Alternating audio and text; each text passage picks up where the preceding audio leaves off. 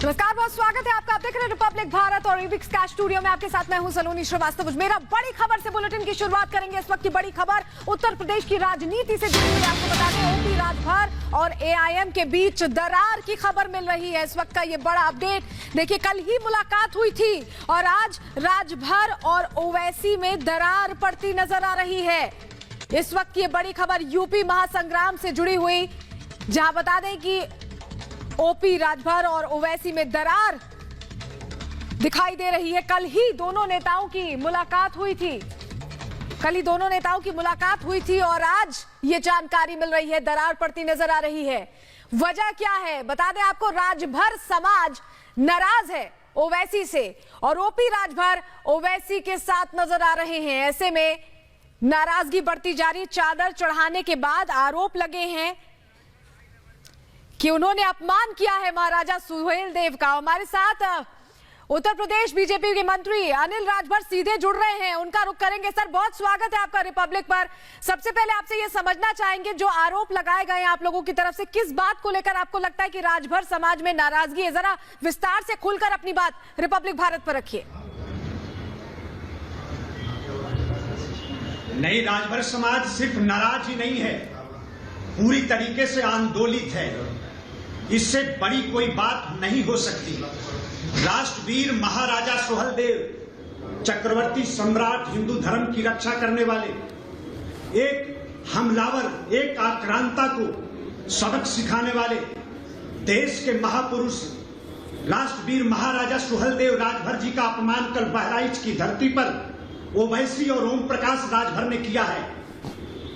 एक लुटेरे के मजार पर चादर चढ़ाकर राष्ट्रवीर महाराजा सुहेलदेव का अपमान इन लोगों ने किया है। राजनीति में और राजनीतिक स्वार्थ में इतने पागल और इतने अंधे हो जा रहे हैं लोग कि किसका हमको सम्मान करना चाहिए और किसका अपमान करना चाहिए, ये भी, इसका भी अंदाजा इनको नहीं है। ये राजभर समाज, ये देश, ये समाज कभी माफ नहीं कर सकता। इस कुकृत्य को कभी माफ नहीं किया जाने लायक है।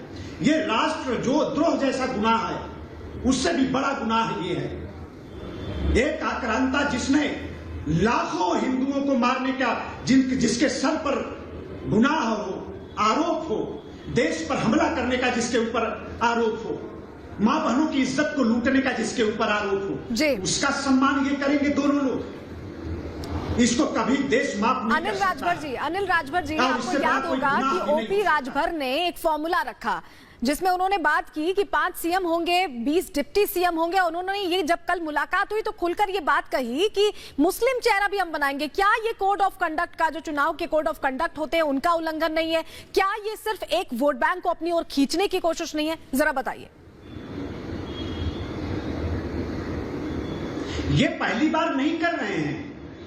इन्होंने मुख्तार अंसारी और अफजाल अंसारी के कौमी एकता दल के साथ भी ये गठबंधन कर चुके हैं, चुनाव लड़ चुके हैं, हश्र देख चुके हैं। ये पहली बार नहीं है। इनको नियम कानून से कोई लेना देना नहीं है। देश के संविधान को ये जानते ही नहीं।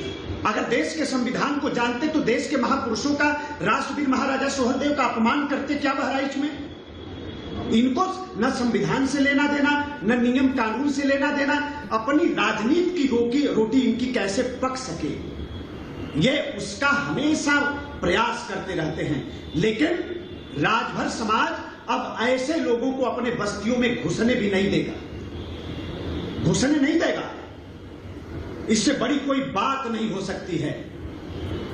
सैयद सलार गाजी का, महाराजा सुहेलदेव का नाम लेकर ये पार्टी बनाने वाले लोग, 18 साल से महाराजा सुहेलदेव के नाम पर राजनीति की रोटी खाने वाले लोग, और आज महाराजा सुहेलदेव राजभर जी का अपमान होगा और राजभर समाज तमाशा देखेगा।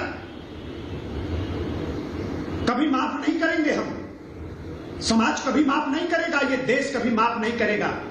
हम स्वागत करना चाहते हैं देश के यशस्वी प्रधानमंत्री जी का कि उसी बहराइच की धरती पर भारतीय जनता पार्टी की सरकार ने, योगी आदित्यनाथ जी की सरकार ने पहल किया और हमारे प्रधानमंत्री जी ने भव्य महाराजा सुहेलदेव के स्मारक की आधारशिला रखी और उसी बहराइच की धरती पर देश के दुश्मन का, देश को लूटने वाले का ये सम्मान करेंगे और देश तमाशा देखेगा।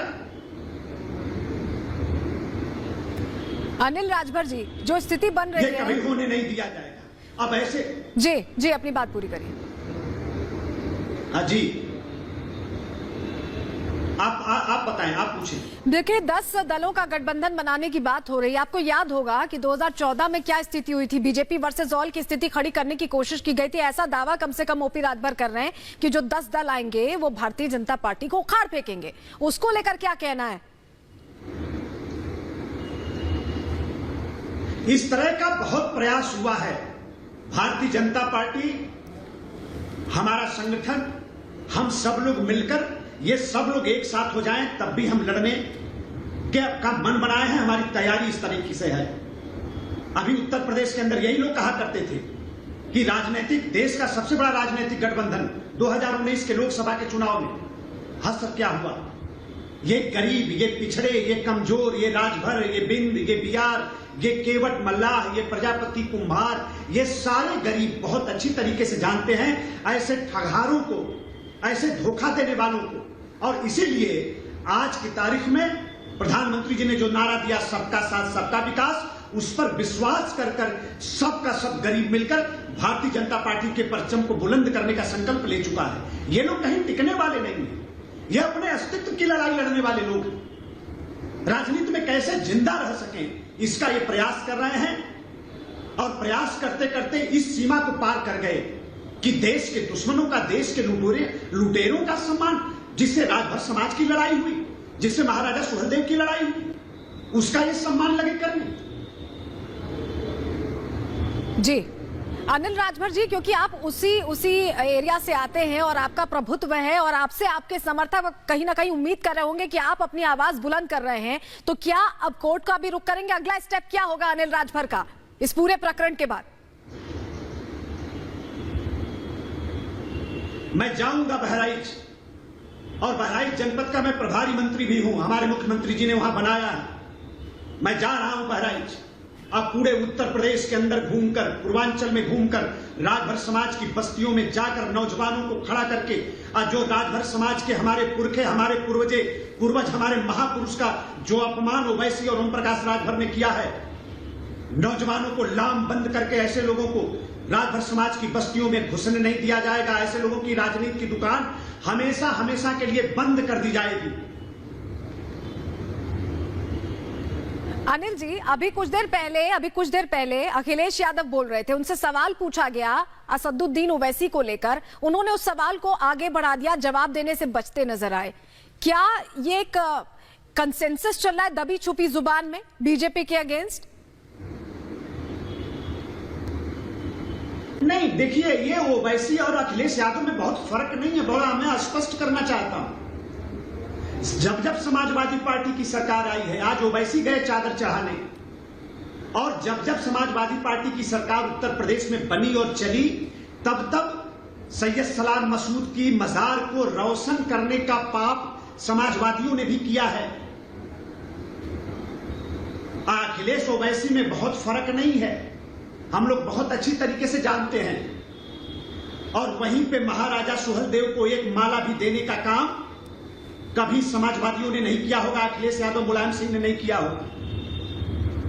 तो हम फंसने वाले नहीं हैं, समाज फंसने वाला नहीं है जी। बहुत अच्छी तरीके से हम जानते हैं कि ओवैसी और अखिलेश ये सब मिले हुए लोग। ठीक है, ओपी राजभर को लेकर आप क्या कहेंगे? रिपब्लिक भारत के मन से क्या उन्हें संदेश देना चाहेंगे? क्योंकि वो गए थे ओवैसी के साथ, वो उनके साथ चुनाव में उतरने की बात कर रहे हैं, क्या संदेश देना चाहेंगे?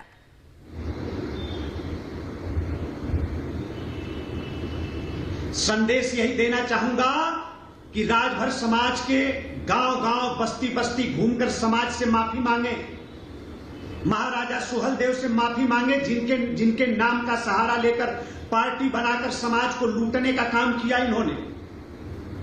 माफी मांगे, राजनीति से इस्तीफा देकर घर बैठे, इसी में भलाई है। यही हमारा संदेश है। बिल्कुल, लेकिन जिस तरह से ये पूरी इस तरह का प्रयास नहीं होना चाहिए जी। लेकिन अब क्या लगता है आपको कि अब जिस तरह से तस्वीरें आई हैं, राजभर समाज नाराज है, ये नुकसानदायक होने वाला है ओपी राजभर के लिए? क्योंकि वो अब साथ दिख चुके हैं, साथ आ चुके हैं, अब जब तक माफी नहीं मांगेंगे राजभर समाज माफ नहीं करेगा।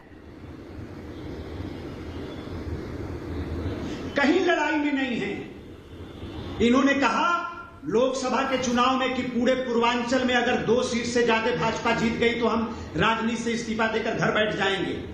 परिणाम आपके सामने है और ये अपने वचन पे कितना टिकने वाले लोग हैं ये भी आपके सामने। तो ये ऐसा करते रहते हैं।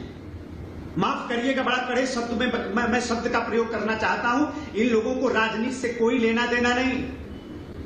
ये राजनीति के जोकरों का एक समूह बनाकर अपने अपने समाज को ठगने का ये काम कर रहे हैं। न इनको समाज से कुछ लेना देना है, न समाज के भलाई से कुछ लेना देना है, न देश से कुछ लेना देना है और न ही देश के महापुरुषों से कोई लेना देना है।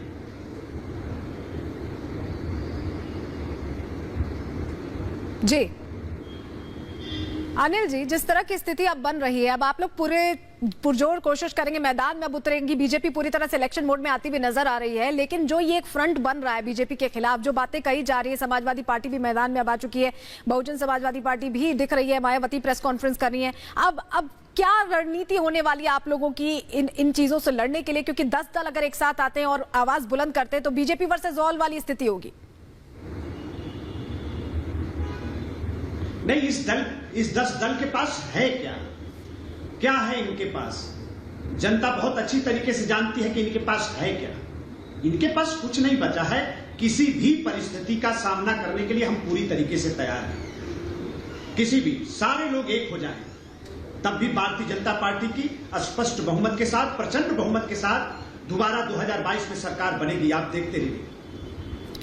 सारा गरीब, सारा किसान, सारा नौजवान, ये सोचिए ऐसे ही लोग हैं, इनके साथ जनता कोई रहेगी क्या? जो महापुरुषों का अपमान महाराजा सुहेलदेव। सर मेरा एक सवाल और है। असदुद्दीन ओवैसी आज अपना कार्यालय खोलने वाले हैं बहराइच में, आपके इलाके में अपना कार्यालय खोलने वाले हैं और वहीं से अब शुरुआत करेंगे उत्तर प्रदेश इलेक्शंस की। उनको लेकर क्या कहेंगे? बहराइच में आज कार्यालय खोलने वाले हैं, शुभकामनाएं दे दीजिए, कुछ संदेश भी देना चाहे तो दे सकते हैं। अच्छा है राष्ट्रवीर महाराजा सुहेलदेव ने सैयद सलार गाजी का अंत किया था और पूर्वांचल के लोग मिलकर इनकी राजनीति भी हमेशा हमेशा के लिए खत्म कर देंगे। इनको हैदराबाद भेज देंगे। आप चिंता न करिए, पूर्वांचल और उत्तर प्रदेश के लोग बहुत समझदार हैं। वो खोल रहे हैं, खोले। इनको भी वापस हैदराबाद जाना पड़ेगा, वहां से बाहर नहीं निकल पाए। चलिए, बहुत शुक्रिया अनिल राजभर जी, रिपब्लिक नेटवर्क से बातचीत करने के लिए, अपनी बात रखने के लिए। तो राजभर समाज नाराज है और उसको लेकर अनिल राजभर अब लोगों के बीच जाएंगे, पूर्वांचल के उन इलाकों में जाएंगे जहां राजभर समाज के लोग नाराजगी जाहिर कर रहे हैं। असदुद्दीन ओवैसी को लेकर उनका साफ तौर पर यह कहना है कि हैदराबाद वापसी होगी असदुद्दीन ओवैसी की।